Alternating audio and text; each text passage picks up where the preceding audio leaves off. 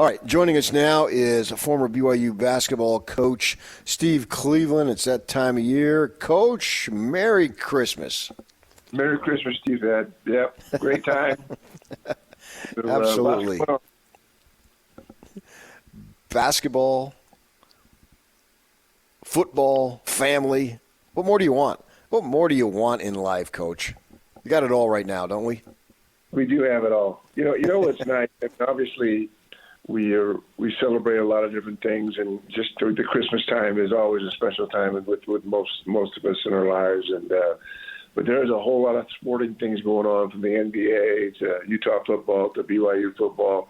I mean, it's a fun time to be a fan. Yeah, no doubt. And I'm going to throw you a little bit of a curveball, which is a baseball analogy, and you'll see what I'm talking about because you had to go through it. Last week, Weber State football announced they were going to hire Eric Kerr. Now, he has been at Corner Canyon for a number of years, and they put in a lot of great players into colleges, some in the NFL. His record it's really incredible. His record is like 111 and 10 at Corner Canyon, some astounding amount of winning. But he's going to make the jump from high school to college football, lower division, but still, my wife taught with him for a number of years, and I've known him for 2 decades. And you've been there. You were a high school coach.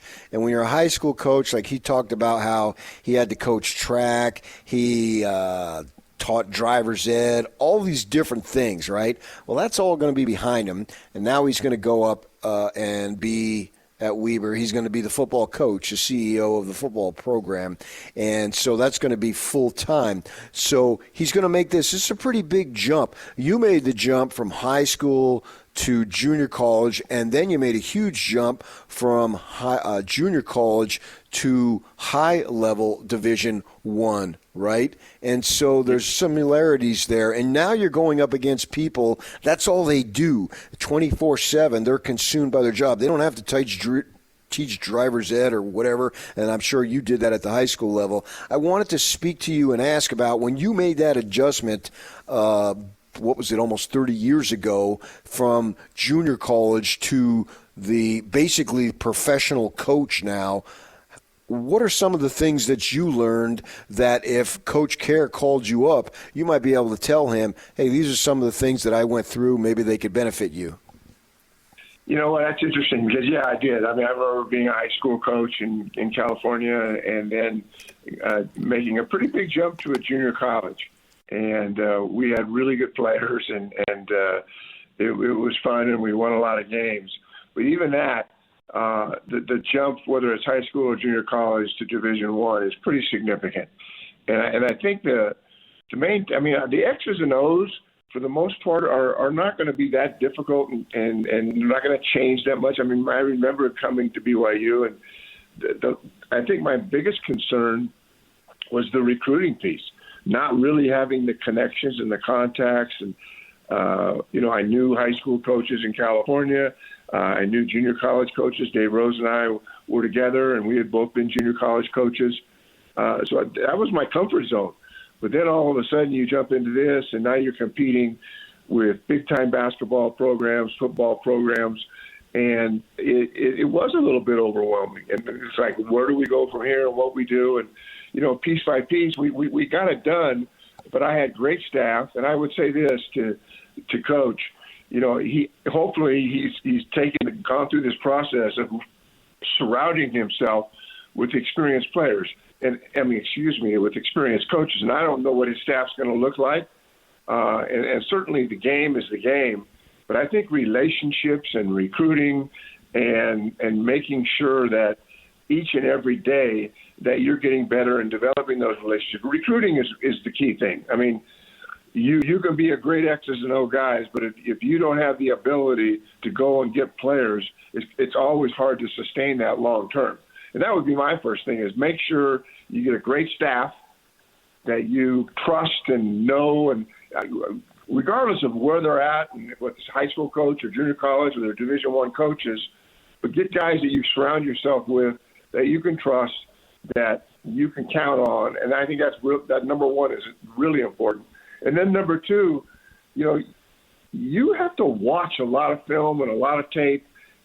I did that a lot. When I got to be a Division I coach, I looked at the great coaches at that time and what they were doing and how they were playing and the schemes they were using and offense and defense. I learned a lot from others. I hired a staff that I felt like had some experiences in that area. And it didn't happen overnight for us at BYU, but over time, I think we put ourselves in a position where we got comfortable and felt like, hey, we're on the right path. And so it can be a little bit overwhelming jumping from high school, but the game is the game. And each and every day you got to study it out. You got to watch a lot of film. My suggestion to him would be to talk to other Division I coaches or assistant coaches and get their sense and feel for things. Don't be embarrassed or afraid to, make a phone call to a coach at Utah or a coach at BYU or Colorado or wherever it is, and find out what they had to do and what successes they had and what were the challenges. And the more you can do that, just be open to listening, being a good listener, and it'll make your path so much easier. It'll get you where you want to be. Yeah, I think that's where he might have an opportunity to benefit. Jay Hill, defensive coordinator, has done great work at BYU, was up there at Weber, and since Coach Kerr has been in Utah, obviously his kids are being recruited. As I said, my wife taught there, and she used to tell me about in the spring. I mean, everybody and their dog from literally across the country was there. So he's pretty tight with Jay, and I think Jay could help him in that regard to be able to make the transition. I'm wondering, when you were a high school coach, you probably taught I don't know, whatever subject you taught, and then had other responsibilities. And then when it becomes that's all you're doing, did it get to the point where the job consumed you? Yeah, well, as a high school coach, I was at a school called Clovis West High School in Central California, and it was big time facilities, but I was there for the first year. And we didn't even have an athletic program. My first year, I think I worked in the library and just got going. And then the following year, we started a high school program. And so right from scratch, it was important to do that. And you know what? I probably made my share of mistakes, but I surrounded myself again with good people. And the X's and O's, they don't change that much. I mean, obviously, when you're in high school, you don't have necessarily the capacity to do all the things you can do as a junior college coach or as a high school coach. As a collegiate coach. But I think my ideas and where I'd go is that Corner Canyon was very successful, and I think the X's and O's aren't going to be the problem. I think the recruiting piece, contacts, relationships, those will be the things that lay a foundation for him going forward. And you can't make enough phone calls to former coaches, former players, to find out what their thoughts are. Sometimes guys want to just do it myself and leave me alone. I'm in my little cocoon here. I'm going to do this myself. That would be the biggest mistake you can make.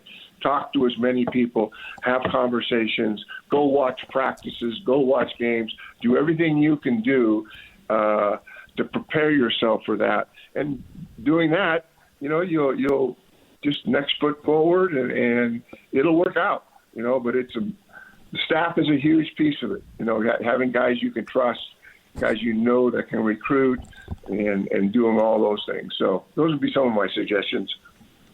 Coach Steve Cleveland joining us. All right, we are about on the verge of starting conference play in college basketball where things really, really get interesting, right? We're done with some of the money games and a few games that you play that are bigger games, and now it's all boiled down to the conference season. When it comes to college basketball, the conference season was always my favorite because the games are so intense, as you knew, and you walked through it and lived it. For the BYU Cougars, obviously they're going to get through with one loss, and then we'll see how it goes at conference play. A bunch of ranked teams, the Big 12 speaks for itself. And the one thing that ails the Cougars is the slow starts, man. It has been crazy, the number of slow starts they've got now. In the one game they lost too against UConn in Boston, that was another slow start, and they had this furious finish. We saw a couple weeks back Clemson at the Garden of all places, and then they win. And then even the other night against Abilene Christian. I mean, what are they going to do? Stop with player introductions and pretend that you're taking the floor for the second half? What can they do to overcome these slow starts that they've been able to rally in the non-conference? But I think against teams like Iowa State, obviously Houston and Arizona, Kansas and all that, and Baylor, you have those slow starts. That may be too much to overcome. What can they do to get off to better starts in the first half? I mean, I think, first of all, you start with the coaching staff that is seeing that and hearing that. And I think you get your guys together, you start talking about what the next step is here. And like you said, Iowa State, Arizona, BYU, Houston. I mean, this is murder's row. I mean, this is a conference was not taking a backseat to anybody, and difficult places to go on the road and play. And just great tradition in the Big 12. So, I do believe that watching film, I know when I had issues, I could sometimes bring players, individual players, but bring the whole team in. You know, I'd watch film and get some, critique it, talk to them, and let them understand that you can't have a slow start like this. You get behind and you're on the road against – it's one thing to be on the road and playing teams that you're beating by 20 or 30. Now you're on the road and you're playing Iowa State or you're playing Arizona or you're playing, whomever. You just go down the list, Kansas, TCU. I mean, it's a really, really challenging league. And so you watch film, you talk, you discuss, you hold people accountable, and you talk to your players. What can you, AJ, what do you need to be better at? What do you need to do in games where you turn it on and off at times? And you just go through the whole roster and you have conversations. And I think when you can talk through these things and be honest with it, it doesn't have to be a yelling and screaming deal. It's just like, guys, hey, we have a really good team here. We're obviously a highly ranked team. We have a chance to get to a Final Four. What are we going to have to do to early on in games to have that mindset? And because you're right, I mean, they get in games and they get down, and there seemed to be a little bit of immaturity with some of the guys. And so, and you're taking a look at a guy like Saunders, Richie, who, had a great preseason. He kind of had some struggles, and but I do believe that Richie's a guy, right? That guy is a leader. And to be honest with you, I think he is the leader of the team. And Richie Saunders is a good player. He's going to play in the NBA, and obviously so is AJ and others. But I think that the right is he's the leadership of this team. I watch him. I watch the bench. I look at his interaction with his teammates when they come off the bench. He just has a maturity that, as a coach, if I'm the head coach there, I want him in the huddle. I want him, doing the things that he needs to do. And that doesn't just – we're not talking about making a half-court shot and winning a game. This has nothing to do with basketball skills. It has everything to do with where we are culturally in this program, what guys need to do, what kind of conversations we need to have. And I think Wright's the guy. He's the, I don't know if he's even the captain of the team, but that's who I'd make the captain. Yeah, well, we'll look forward to it, and I'm glad you're going to be with us. Obviously, we'll talk about the Jazz. We'll talk about Utah State, and BYU as conference play gets underway and we get into the heart of the season from the college perspective. We sure appreciate the perspective that you bring to us, and we wish you a Merry Christmas to you and your family, and we'll talk to you next week. Thanks, BK. Yeah, you too. Have a great holiday season, and love everything you're doing. Take care. Merry Christmas. Okay, that's Coach Steve Cleveland. Known him for just about 30 years now as time gets away, for sure. It creeps up on all of us. Okay, coming up next, we got a BYU bowl game that we got to prepare for, so we'll talk to that. Me and DJ will talk about that because this is our last show of the week. We'll be off the rest of the week. We got other stuff cooking here right on the KSL Sports Zone. 9 o'clock, Shehan Jayaraja, talk college football. 9:30, we're going to go live to Boise. And Scotty G is going to join us. So stay with us. 97.5, the KSL Sports Zone. Good morning, DJ and PK. It's 97.5, the KSL Sports Zone. PK, should we look ahead to an upcoming bowl game that will intrigue a few people in these parts? Yeah, we got some time off today being Monday and then the rest of the week with Christmas week. And then they play Saturday. And there's like 8 bowl games Saturdays. We'll be off the rest of the week. Yeah. So now's the time to talk about BYU and Georgia Tech. They simply cannot lose to a team named Tech again. I've had it. 11-0 against everybody, 0-3 against Techs. Yeah. I wouldn't think they would. I don't know. It's a bowl game, and they don't have to do injury reports and all that. So whatever you think you know, you may not know. let's see who actually plays. But let's assume that both teams are at full strength. Oh, I wouldn't. I don't know, man. I mean, Tech, they're a program that can be good at times, and they are this year. They're good, and they're good this year. But to what level of good? Because I'm not watching the ACC all that much. I think too much stuff on major our side. red flags. They started 8-0. They finished 1-3. They lost to a mediocre NC State team. By any definition, NC State's mediocre. Pitt, that's a good team, but how good? And then they lost to Georgia, who obviously we think is excellent. Okay, so then you got maybe one loss that you're questioning. You're not questioning Georgia. You're sort of 50-50 on Pitt. And you're questioning NC State. And then I look at the 9 wins, and how many am I impressed by? 1 or 2. Duke, 8-5 Duke, or Clemson, who they beat by 3. Clemson was in a bad spot at that point. They were, so I'm sitting here pretty lukewarm. They don't have a win as good as BYU's win over Utah. They don't. And their loss against NC State and against Pitt is worse than BYU's losses. I don't think Pitt is as good as Utah. Pitt lost to West Virginia. No, I don't think they are either. Right.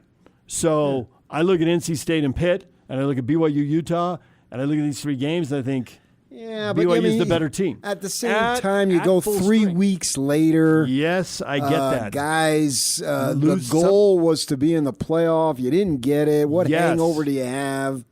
Well, now, last year, sort of the same thing, but I think they had juice. You're playing a conference team, Heisman Trophy, Deion Sanders in Texas, where he's king. Yeah. And so they had a ton of juice and blew those guys off the field. And the building had juice when you walked in there. There were people there who were excited to be there, and players feed off crowds, and I don't know what the crowd's going to look like. Well, you'll have Mickey will be there. So I did talk. Minnie will probably be there. I did talk to a guy I've worked with who is a big-time BYU fan, and he's going with the family, and they're going to the parks, and they're doing the thing just like you would expect. Well, of course. I know, right? Right down the line. You go in the park? Absolutely. Going to the game? Of course. Why wouldn't you? He got some $28 tickets, and he's going. It's for a bowl game. To the game? The $28 for the game? That's what he said, yeah. $28 for the game. That's as and if I would have known, it's as good a price as you're going to see to get into a college football bowl game. And maybe the crowd will be bigger because of that. I mean, they price people out with some of these expensive tickets, and maybe they won't. Yeah, I mean, not guys like you, but yeah, some people I understand. You're bored. Okay. I believe if you wanted to go to that bowl game, you could afford it. I could. And I don't really want to. But I will watch it on... I'll watch it on TV, and I'll be quite content. Yes. I like the fact that all 3 of our teams are playing bowl games in the day. I like day games. I believe sports was meant to be played under the sun. Yes. Outdoors, the way we did when we were kids. Yes. That's one of the reasons. That is a large reason why I got into baseball. Cooped up day after day after day in northern New Jersey. And when the weather got good, you couldn't wait to get outdoors. I could not, no. And that was I was a calendar guy. So when it was football, I was way into football. When it was basketball, I was way into basketball. And when baseball, that meant you're outside. I wanted to be outside as a kid. The street I lived on, we played whatever. We watched the game on TV, and because we were in San Diego, all those games are in like at 3 o'clock. And then we went outside and played them. Yeah. Whatever. Football, baseball, basketball, didn't matter. I know. And that only proves that your affiliation and connection to soccer is money-driven, which I've been saying all along. Yeah. There was very little soccer on TV at that age. It came along a little later. I did watch the NASL, the Tampa Bay Rowdies, but I digress. Let's talk bowl game. When I was going to St. Peter the Apostle Catholic Church school for elementary school, we brought in a priest from Ireland. Oh, and he had a big, thick accent. Yeah, and so he started a soccer program. Oh, yeah. And so we only had, 30 boys to choose from, and I was one of the better athletes. So I played on the soccer team, and I can remember it was a heated game, and we had a corner kick, and he's right down there. Can you kick? Oh, yeah, I got it. And I run up there and kick it about 5 yards. And that memory has stuck with me all these years. But he got my face. He was so fired up. Can you kick? Yeah, I can do it. I've never done it before. That's hilarious. So, but back to the football. The real football. I do believe that BYU at full strength. Now, to your point, if one team comes in more motivated than the other, that can switch things. 3 weeks, does an offense lose its edge when it's really clicking? And I'm assuming everybody's going to be there. We won't really know until they run out on the field. I think it's important because BYU got worked in the Big 12 title game. It was awful. Finish on an up note. That was a major downer. That was about as down as I've seen the program in a good while. Maybe back at least the first year in the Big 12. But they sort of had an excuse with Slovis going down and all because they were a winning program with him in there, and then he got hurt and they lost all the games that he didn't play. And then maybe before that, they were trying to find themselves with a couple of 7 and 6 seasons. But the standard was low, and they didn't meet it. I don't think very many people were expecting them to win, but we were talking about a competitive game, and they didn't do it. They did it for a bit, but it's not about for a bit. And you can't go, Bachmeier was hurt. LJ was hurt in the first time, and Bachmeier was hurt. Nah, come on. I'll give you one. I'm not giving you two here. Get him out of the game if he wasn't healthy enough to play. Tech's way better. 8 quarters of football have shown that. Yeah. I don't think that's debatable. So that's why they need to rally. I get that it's down. It would be interesting if they work Georgia Tech, and there's a whole Big 12 ACC going on. I don't know how much that matters to the players, but it matters to fans, at least some of them. So beat an ACC team that I think you are better than. And then I want to sit back and watch the playoffs and see how Texas Tech does. Because if Texas Tech handles Oregon the way they handled BYU and Utah, maybe Texas Tech is just awesome. Well, they are awesome. They are. I don't care what happens. They're already awesome. I can't. Okay, but you know how it's going to judge somebody on one game. You know how it's going to look to the country if Oregon goes in and beats Tech 31-17. I understand that, but I know. They're still really good. But you know what it'll do for the Big 12 and for BYU by extension if Tech goes in there and wins 27-7. I don't think it. You don't think it'll rub off? I don't think by extension. It'll be the circumstances allowed them to pay massive amounts of money to kids, and a lot of their kids are gone. I was just looking at an NFL mock draft because I wanted to see where they had. I want to see where Fano and Loma were, and I think it was like 10-27, right? Seems about right. So I was looking at it just the other day last week. And how many Tech guys were Well, in the they had first the round? 2 defensive linemen. Yeah. First-round picks. How many times a team has 2 first-round defensive linemen, and then what are you going to do? You're going to be good. We'll say, well, Utah had 2 first-round offensive linemen. Yeah, and their offense was really good. They ran up for 1,000,000 yards. Yeah. They were like top 5 in scoring this year. Yeah, and they were great running. They had the offensive line. Those 2 guys were studs, and here they are. So same thing. So I think that if the Tech team gets to the semis, The final? the finals, I was going to say. If they beat Oregon and Indiana? And yeah, I think they're going to be looked at. That's them. It's not the Big 12 because BYU got creamed by them. So I don't see how BYU can get a bump or anybody can get a bump by what Texas Tech does. It's like, well, the Devils didn't get any bump. Well, everybody went, well, they played without their – Morton didn't play. Mm-hmm. Well, for the other games that Hammond was in, nobody mentioned that Morton didn't play. Nobody mentioned that Morton went out against Utah and Hammond came in and led them on, 3 touchdowns? Mm-hmm. But the second they lose, well, their starting quarterback wasn't there. So the Devils got 0 credit for that. So I don't know that BYU gets credit. I think Tech and its money now has caught on. And they might as well be an independent. Not going to have any impact on the rest of the Big 12. With that kind of cash. Now, we'll see supposedly with the rule changes, but the rule changes aren't going to stick. They aren't going to stick. We were talking about this literally. You and I were going down to BYU to do interviews with players leading up to the big game, right? The conference title game. And then they walk out and they tell us, Kalani's deal is done. We're doing a press conference. No players today. So we walk over and we're sitting in the front row. And they talk about the money for Kalani, the money for NIL, the money, and there's national guys who are getting specific numbers, and they're out there. And we're walking the car in the parking lot, and you said, I get to commit the number, but that's supposed to be illegal. It's like, yeah, but only if every school signs the deal or it's not happening. So, and it's not even getting close to being signed by everybody. I don't even know if half the schools are going to sign it. Once they realize it's not getting signed, like, why would we sign it and try to hold ourselves to it when we know it's not going to be enforced? We know half the people aren't going to compete by those rules. I think it's open season.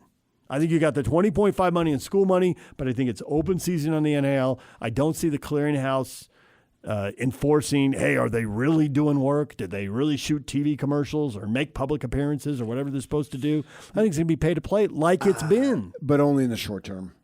Well, next year.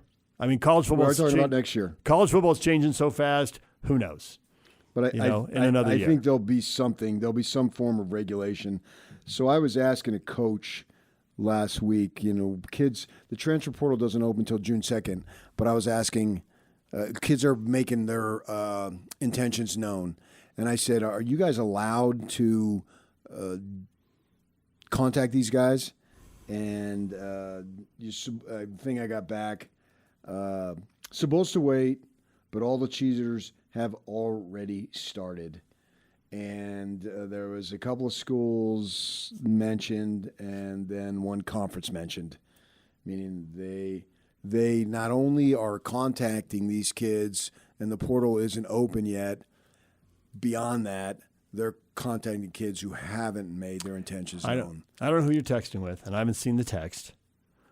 That's right there. I assume, and I'm sitting too far away to read it. I assume and Tech was named. One conference was named, and it was the SEC. Unless you tell me otherwise. I cannot confirm or deny that. Okay, fine. But the SEC and a handful of high-profile schools. And I get why Tech would be the Big 12 school doing it. Because if you think Texas and Texas A&M are sitting still watching Texas Tech do this and are entertained by this at all, no. They are, to quote you, and right now, Tech's fighting fire with fire. That's 2 SEC schools right in state who want to be the big dog, And meanwhile, it's Texas Tech over here, who's got Texas isn't even in, and Tech is seated higher than A&M. Is that what the Big 12 teams have to count on? That A&M and UT just say enough of this, and we'll outbid you, so you're not going to get these guys? If anybody's interested to come into the state, they're coming to our places, not there. Is that how it's going to work? 100%. And I would, and in there, I would put Ohio State, and I would think that a school from LSU and Florida, and I would say a school like Alabama is a little more in the ASU category, in that the spirit is willing but the wallet is weak. The problem with an Ohio State is that they don't need it. So Texas Tech needed David Bailey. Ohio State doesn't. Ohio State didn't. They already get him. Ohio State doesn't need it on defense. They're fantastic. Ohio State on offense came up short in 2 big games and made it work once and didn't the other. I get it. All the other time they send but how they react in the offseason. The NFL running back and 100%. Receivers. Yes, and we can name the receivers. They've a whole slew of Ohio State has turned into wide receiver U. It's the craziest thing. Big time. Major change over what we grew up with. But I do think Ohio State reacts to, hey, this previous year, the offense wasn't good enough in the biggest games. They squeak past Texas 14-7. And they lose 13-10 to Indiana. So do I think Ohio State's out trying to juice up the offense right now? 100%. Yeah. But, I think that if you're going to choose one, I would go back to your initial point. Wins. I think there are others. I think once Tech and Indiana get good, people are going to try to outbid them for those guys. They know something. Let's go get them. They got a target on them. And I do think that with UT and with A&M, absolutely. Because all those alums live together in the Houston area and in the Dallas-Fort Worth area, and they're all talking and they're getting on each other's nerves, the same way BYU and Utah fans live together here and get on each other's nerves. But I don't think that's BYU's. It's their aspiration, as it is with Utah, but I don't think it's legitimate. Your aspiration is to get in the playoff and then basically maybe see if you can win a game. When you're going to go up against those teams, you're not going to beat them. I think those are the next things. Because they haven't done these things, they haven't gotten to the playoffs, they haven't won, those are the boxes to check. But I do think that you're going to have to win the conference title to get in. Not if it expands. That would be a hope. Yeah. 16 would open the door a little wider. 24, then you've got a really good shot of getting in. Yeah. And at that point, we stop talking about winning one game. We probably start talking about, okay, can you get to the quarterfinals? Both these teams here locally, the goal now has to be to compete and be competitive with Tech until we see otherwise. Yep. This is what I feared last summer. I know. And you've it's said it come to many pass. times. It has come to pass. Yeah. This is the fear. And that oil money isn't going to run out, and the rules aren't going to change, at least for next year. So it is a big ask, and we're probably going to put more expectations on BYU than Utah because with the change in coaching there. But because Morgan's and the been money there, available. And the money available. But because Morgan's going to be there, I don't think the expectations are going to slip much. They shouldn't. I know. There could be a little acknowledgement, hey, it's his first year. Let him get his guys and get used to it, but well, it not depends much. If he keeps most of the coaches. Right now, my assumption is that he is, but I realize that's an assumption not based on much, and that no matter what anyone assumes now, the phone could ring in 48 hours and everything could change. Things change, and then all we have to have is somebody take a job in the NFL a week, and then it just until the NFL coaching carousel stops. Right. That could create vacancies and phone calls. Right. It always does. Right. So you don't even you basically February. have to get to the end of January before things settle down. Yeah, I was going to say sometime in February, but okay. As far as that goes. So from that perspective, we don't know. But that's where these teams are at. I think right now Texas Tech has separated itself, and BYU has to find a way to compete, as do the other teams. And then we'll see when the transfer portal settles. I mean, it's only a 2-week, 10-day deal, but players don't have to decide. They can wait. They can decide whenever they want to decide. Musical chairs suggest that most of them will settle, but that doesn't mean that one player and one team with one need couldn't change things dramatically. Yeah.